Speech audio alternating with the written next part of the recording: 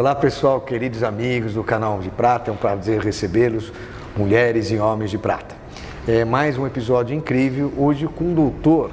Como a gente está abordando muito também a mulher dentro do nosso projeto, nós trouxemos o nosso ginecologista, nosso, como eu digo, pela profissão dele, Nicolau D'Amico, que há um ano atrás nos deu o prazer de gravar uma série de 4 semanas sobre prevenção do câncer de mama. E hoje ele vem dividir com a gente, não somente sobre ginecologia, mas o olhar que os homens têm que ter sobre a ginecologia e também a sua vida pessoal fora a sua parte clínica e as suas habilidades como profissional médico.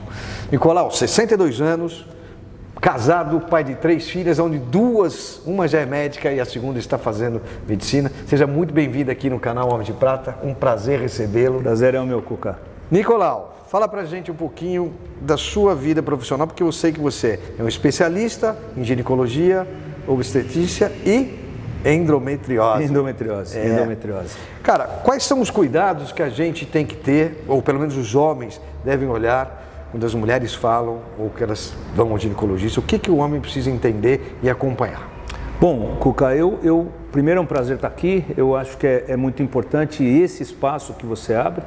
E a gente obviamente fala para esses homens de prata aquilo que essas mulheres às vezes têm no seu próprio íntimo e nas suas próprias dificuldades. Bom, a gente tem que ter um olhar sempre um pouco mais sensível àquilo que passa na sutileza.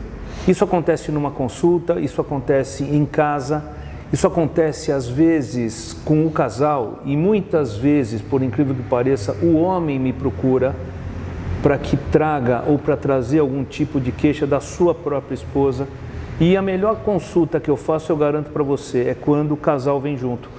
Quando eu consigo trazer a realidade do casal, porque existem 2 realidades. Aqui ela te conta, aqui ele te conta e aqui o casal em conjunto acaba te contando. E pacientes com endometriose que você estava falando, que tem dor envolvida na história, quem acaba me trazendo as grandes questões, geralmente é o homem dentro dessa consulta. Inclusive você me falou há pouco que endometriose também existe em homens. Sim, raro, mas existe. Você tem uma explicação assim curta do que é endometriose? Porque é uma doença que depende do hormônio estrogênio, que na grande maioria das vezes está presente em muita quantidade na mulher. Mas o homem também tem um pouco de estrogênio. Em alguns casos já são descritos na literatura. E como é que ele percebe que ele tem alguma coisa? São relações, são situações dolorosas. O que é uma endometriose? É uma menstruação fora do lugar. O homem menstrua? Não, mas ele pode ter focos, desde quando ele nasceu, de pequenas células que podem estar exercendo uma função de menstruação. Por isso que ele poderia ter isso em mama, em algumas partes do organismo dele. Mas essa é uma doença hoje que a gente cuida muito nas mulheres, né? E elas sofrem muito por causa disso. Agora tem uma coisa que eu quero saber. Você, como ginecologista, também tem uma outra função, que é uma função terapêutica, né? Como é que você cuida isso? Porque você tem que estar preparado para, né, mexer com esses momentos das mulheres tão difíceis. Eu acho que a grande virada de quando eu comecei a fazer consultório, quando eu comecei a atender essas mulheres, foi entender que a gente precisava estar preparado psicoterapicamente. Porque, por incrível que pareça, Cauca, a terapia começa com este médico, geralmente o ginecologista no consultório. E tem um cara interessante, se um dia você puder ler, chama-se Michael Balint, um psicanalista húngaro. Ele escreveu um livro, O Médico, o Paciente e a Doença. E ele faz uma relação de psicanálise entre a relação médico-paciente fantástica. E foi através de um curso que eu havia feito com alguns colegas, chamado Grupo Balint, onde reúnem-se médicos ou pessoas da mesma profissão para discutir as suas dificuldades no atendimento de alguém, que eu acabei entendendo melhor todo esse meu atendimento, que passa a ser um atendimento psicoterápico. Porque não é fácil, né? Quer dizer, não. Você, poxa, não além é da própria enfermidade que tem, o tratamento, não é simples, também não é com a simples. cabeça da... Mas é muito bom, o resultado é muito interessante, porque a teoria dele é o seguinte: o médico como medicamento. Então, quer dizer, eu não preciso necessariamente receitar um remédio, eu posso servir de medicamento dentro de uma conversa inicial. Isso é habitual? Não, deveria ser. deveria ter, e nós deveríamos ter o hábito de ter as formações médicas no sentido psicoterápico também. Isso é fundamental para a gente poder atender holisticamente alguém, né? Legal. Agora, falando um pouco de família, a gente está falando de medicina, você tem 3 filhas, sendo que 2 são, uma é médica, a outra se formando.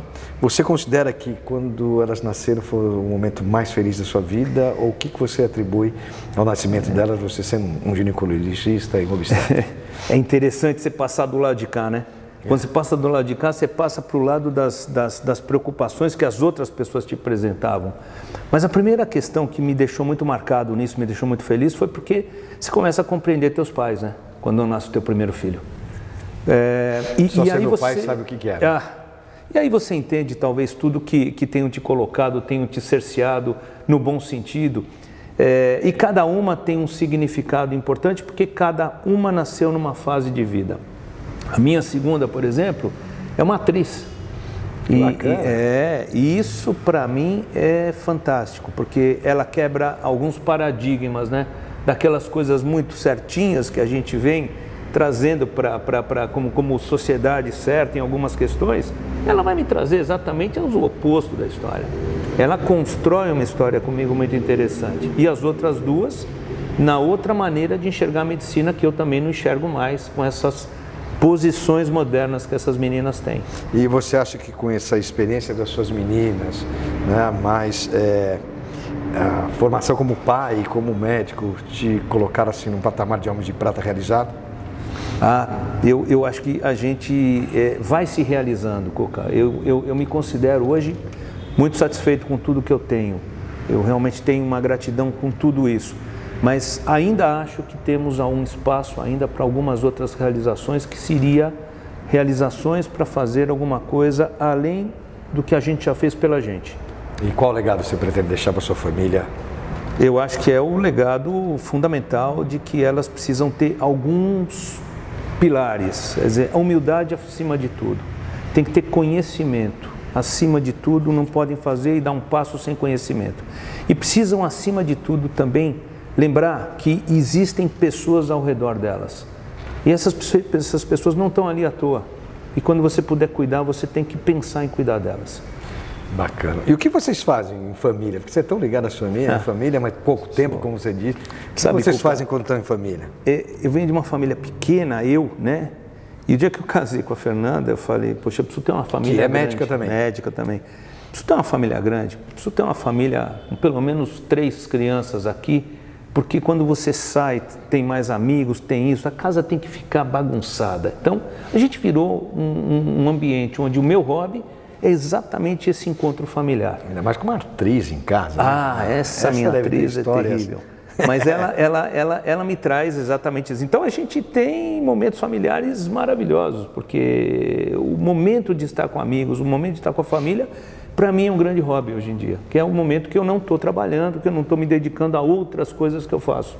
Legal. Então é um momento que eu consigo trazer aí alguma coisa para quebrar um pouco essa rotina pesada que a gente tem, Coca.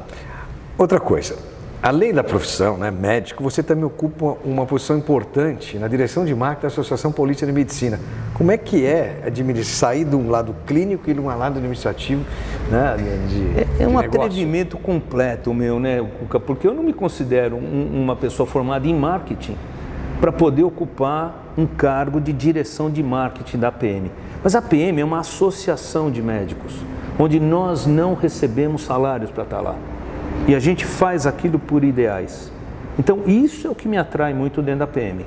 A PM passa a ser uma associação que cuida de médicos. Hoje somos em torno de 30 mil sócios no estado de São Paulo. Puta, que bacana. E eu aprendi muito com os nossos profissionais de marketing. Então, eu tenho uma atividade, sim. A gente se dedica 1, 2 vezes por semana a isso.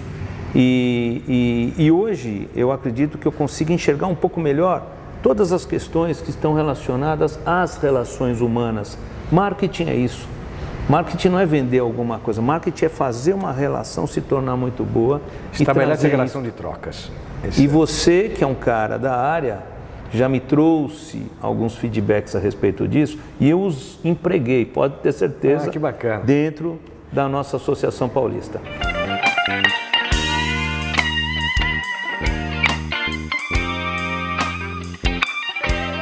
E o Instituto, como é que você vê? Que a gente conversou de formação no Instituto. É um sonho antigo, mas que um dia vai ter, talvez, uma realidade. A gente precisa, Cuca, entender que muita gente não tem acesso a algumas coisas. Uma delas, a doença. Uma delas, hoje, o que eu faço especificamente, me dedico à endometriose.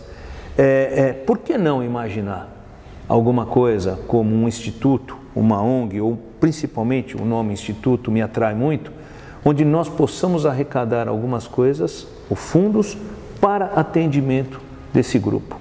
Então, isso é algo que eu lanço para você, para que, quem sabe, você, com os Homens de Prata, possam começar a me sugerir e me ajudar a pautar esse assunto. Em breve, não foi por acaso que você está falando.